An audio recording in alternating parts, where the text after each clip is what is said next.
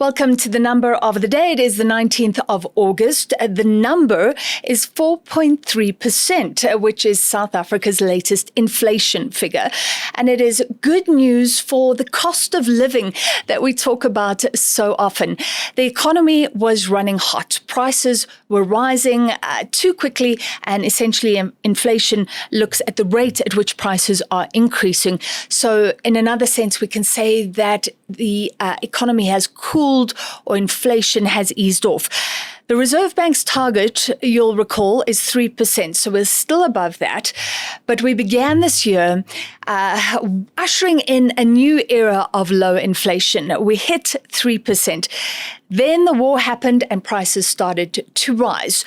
And of course, that affects your fuel costs. Transport was profoundly affected. And the concern was that we'd start paying more for a whole range of goods and services across the economy because they have to be transported. Indeed, inflation hit 5% in June. That was a 2-year high. That was not cricket. But since then, it has come down. So we are looking at the July figure of 4.3%, which is better than expected. And the first time inflation has dropped in 5 months. Now, it doesn't mean that prices are falling. It means that the rate at which prices are increasing has eased. So your general basket of goods and services in July was still 4.3% higher than in July the year before. But of course, we experienced inflation differently. So if you are driving a lot, if you're driving every day, long distances, you will be more severely impacted by petrol prices. The poor spend a larger portion of their incomes on food, which is why food inflation is so closely watched. So what does this all mean? It means less pressure on South Africans, on you and me as consumers. It also means that the Reserve Bank is less likely to raise interest rates because the Reserve Bank uses interest rates as a pretty rough tool to control inflation. When inflation is up, the Reserve Bank is more likely to hike rates. And we saw that it did hike rates early this year.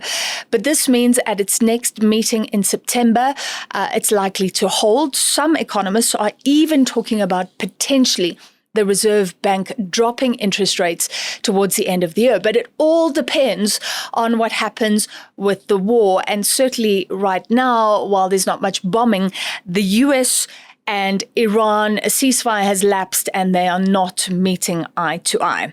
So this is the final interesting 3 points because Stats SA has identified for us why inflation was lower. So you'll be happy to know there's softer food inflation. Food prices went up by less than 1%, which, by the way, was the lowest percentage in 16 years. The last time we had this sort of food inflation was in 2010, the same month that we held the World Cup. That's thanks to Stats SA for pointing that out. And there's been a wonderful harvest of cereals. Fruits and vegetables are looking good, so it's time to get healthy. It doesn't break the bank to be healthy right now, and even meat inflation, which has been soaring because of foot and mouth disease, has calmed down.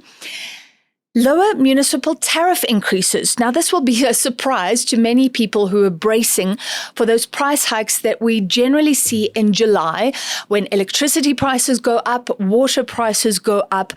But Stats SA is saying that the increases, for example, electricity rose by 8.1%, were less than what we experienced last year. So last year, electricity went up by 10.4%.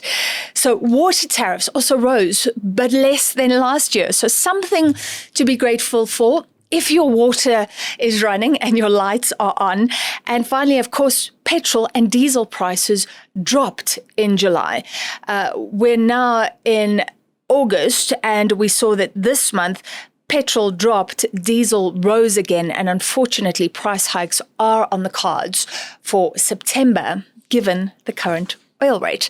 So that is a wrap. The number of the day, 4.3%, the latest inflation figure, better than expected.